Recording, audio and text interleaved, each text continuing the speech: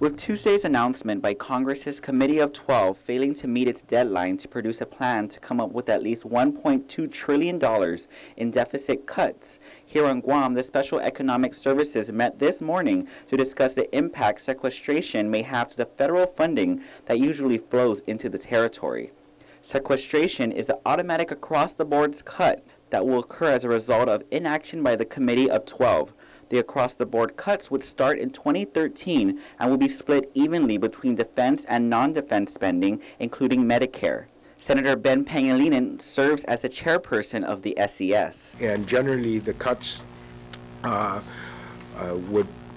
they're looking at is 10 to 8.5% reductions in defense spending, the discretionary appropriations, 7.8 to 5.5 reduction for non-defense programs, 10 to 8.5 reduction in the non-exempt defense programs. The SES is comprised of representatives from the Office of Finance and Budget, Public Auditor, the directors of the Bureau of Budget and Management Research, DOA, GITA, GVB, and the island's chief economist. During today's meeting, BBMR's John Rios said a budget call will be placed to GovGuam agencies next month to learn what grants in each department may be affected. Additionally, OFB had recommended for the Department of Revenue and Taxation to get more information regarding payroll taxes, Social Security payments, and foreign tax credits to ultimately determine how much money will actually be flowing into the economy. As for compiling information relating to the economy, Chief Economist Gary Hiles noted the recent federal expenditures report released by DOL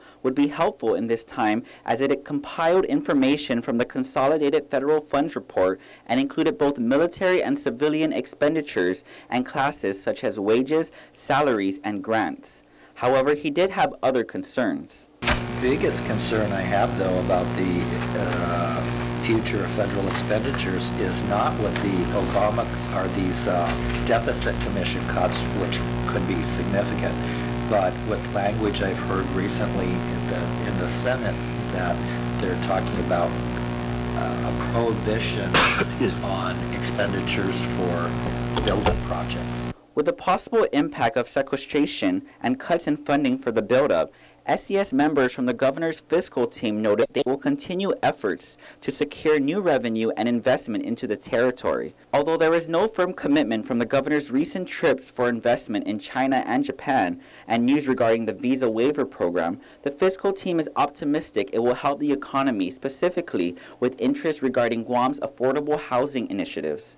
Additionally, the Guam Visitors Bureau reports that the Japan outbound market numbers have improved, but inbound travel hasn't. As for how this affects the recently sold tax refunds bond, GITA Administrator Carl Pangilinan says it's too early to know what the impact on Guam will be, but it's best to put it on everybody's radar once any official announcement is made.